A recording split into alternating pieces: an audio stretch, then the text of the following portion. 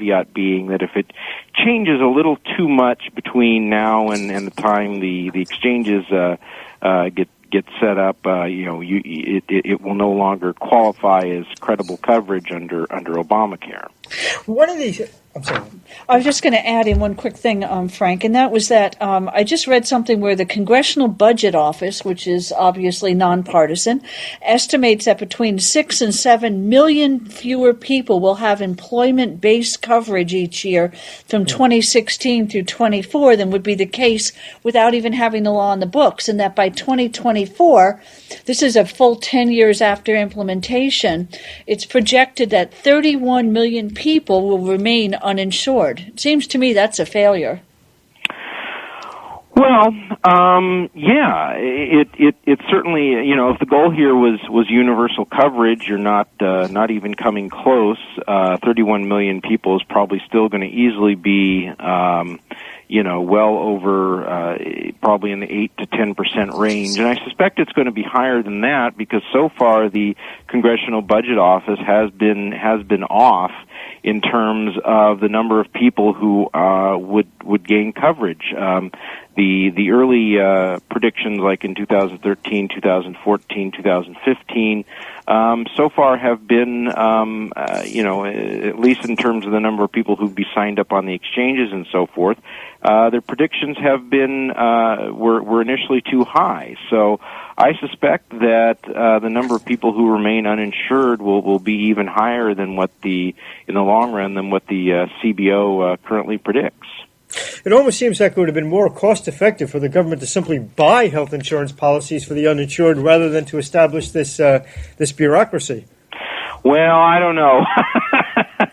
I think the government could have found a way to mess that up as well. So I think the better policy would have been to give everyone, say, a tax credit for, say, the purchase of insurance, or a fundable tax credit would have been the way to go. Provide some type of help for people with pre-existing conditions who have trouble buying insurance, although that number was always exaggerated for propaganda purposes for passing Obamacare.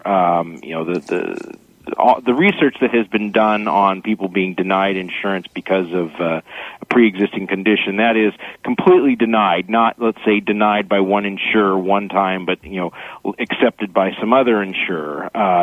But people who have been really routinely denied is probably about 1% of the population. That's a problem you can deal with without necessarily having to rearrange the entire healthcare system. Put it this way, in other words, without a massive government expansion into the healthcare system, you could find ways to solve that problem. So that those would have been better solutions, but that's generally not the way that social engineers tend to take things. Two of the concepts that were floated around in terms of improving healthcare coverage was to allow insurance companies to compete with each other across state lines. Increasing competition, the theory would reduce the cost of healthcare because competition tends to reduce cost. The other was that for young people in particular, to allow the sale of catastrophic-only healthcare coverage. Mm-hmm. Why were those two solutions never employed? Wow. Well, number one is, the folks who were designing healthcare reform were not interested in, that was just, that free markets and competition was not part of their makeup. It was not part of their, their worldview, so to speak. Many of them would have preferred a single payer system. That, of course, was not politically feasible. But so, what was the next best thing? It was the government expansion we got under Obamacare. Is it safe to say that the real goal of the people who put in Obamacare was not so much in providing better health coverage for the American people, but basically in nationalizing 1/6 of the United States economy? Oh, I think that, certainly that was, I think that's certainly the long-term goal. I mean, President Obama had said previously he preferred single payer. both Barney Frank and currently the Senate Minority Leader Harry Reid have also said they think that we could they prefer single payer, or that Obamacare could lead to single payer. So I think long term that is certainly the goal here. Yes. It seems to me that this bill is just, and the regulations that go along with it are just fraught with problems. We're seeing, at least up here on the East Coast, a lack of doctors. They're retiring. I saw one survey that said 43% of doctors are planning to retire earlier within the next 5 years. I mean, we're seeing just long wait times to even get in to be seen, or specialists that won't accept certain insurance plans. It seems to me that this is doing the exact opposite of what should be done. We're decreasing the number of medical personnel to support a population that's graying when actually we'll need more medical support in the future. It seems that it's causing the exact opposite effect of what we need. Well, as the former head of the Competitive Enterprise Institute, Fred Smith, likes to say, is that first government creates a shortage and then it misallocates it. And it's not surprising. Look, of all the areas of our economy where it makes probably the least sense to have as much government regulation as we do is probably the medical profession, because let's face it, doctors are, fairly independent-minded folks. They go through many years of training. Plus they have to have enough confidence to literally take people's lives literally in their hands. To subject those people to, a big bundle of red tape is just, it's like it's like trying to get a fish to live by taking it out of water. I mean, it's oil and water. It does not mix. So it's not surprising with all the new regulations coming down from Obamacare that you're seeing a lot of physicians that are threatening to retire early. And what's kind of scary is as the system becomes more bureaucratized, what kind of people are going to be going into medicine now? Is it going to be the independent people, independent-minded people, the innovators, and so forth? Well, bureaucratized systems, they don't tend to, the government, for example, does not tend to attract, folks who are risk takers, who are innovators, who are independent minded, and so forth. The type of personality, you might say, the character you need for good physicians, those types of people will no longer be attracted to the medical profession. So that's not going to happen overnight, but I suspect will happen, longer term.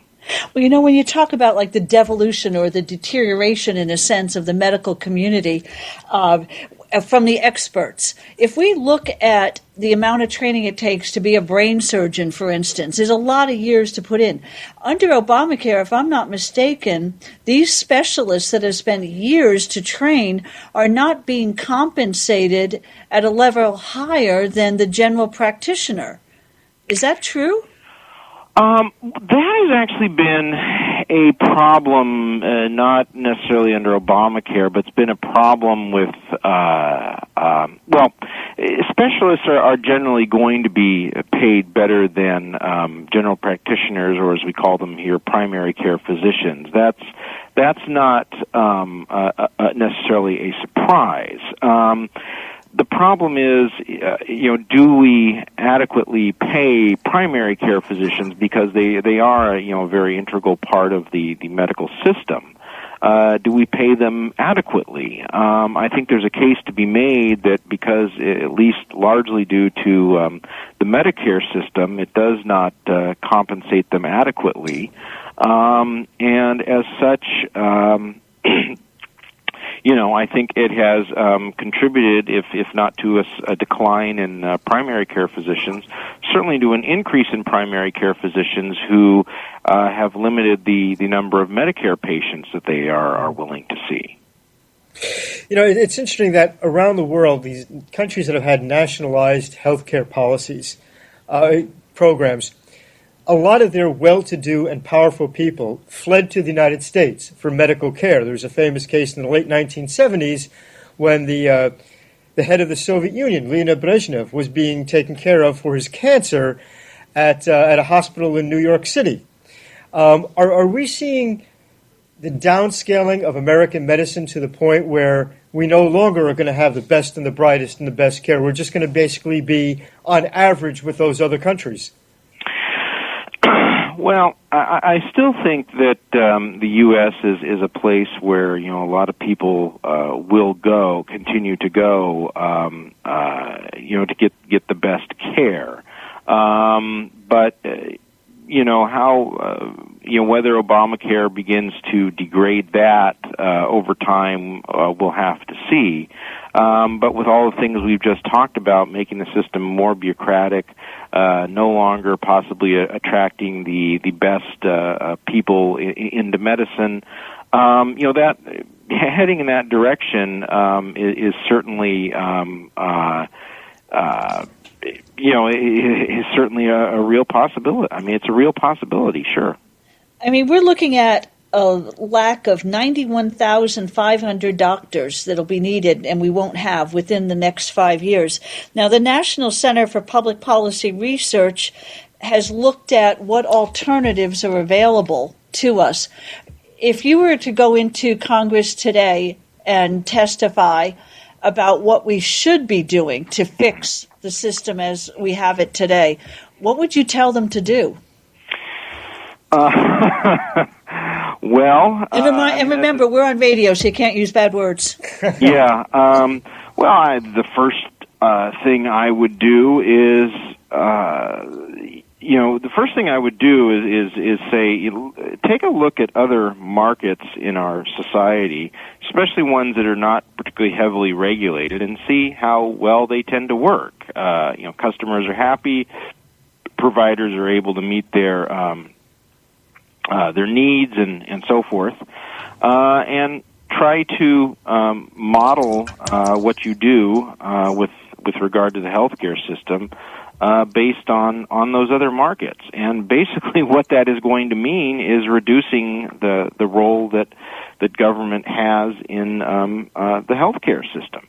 So that would mean, for starters, repealing as much of Obamacare as possible. It would be nice, for example, if there was no preferential tax treatment for health insurance, as there is under, with at least as there is, say, with the employer-based system, where employees get their health insurance largely tax-free if their employers buy it from them. That system creates a lot of distortions in the market, a lot of inefficiencies. But because that's there has to be some sort of tax treatment, preferential tax treatment for buying health insurance. But you need to come up with one that that facilitates markets. For example, an individual refundable tax credit that an individual can have would do a lot to change the health insurance market into one that is that looks more like other markets. There might be other things that you could do. For example, giving people more freedom with, say, that tax credit. They could put it in a health savings account instead of buying insurance, and use it to pay for medical care more directly. Those are the sorts of things that I would start with. And there are other things that, like saying letting people or let insurers sell insurance across state lines. Those sorts of things, I think would be steps in the right direction. Would you also point towards tort reform as a way of lowering the cost of practicing medicine for physicians? Oh, I think there's a good case to be made for tort reform, certainly. And I remember a number of years ago, the Congressional Budget Office looked at it and said that it would probably save the medical system about I think somewhere around $50 billion over 10 years, which is not nothing. But given how much we spend on our healthcare system, it's not huge. It would help,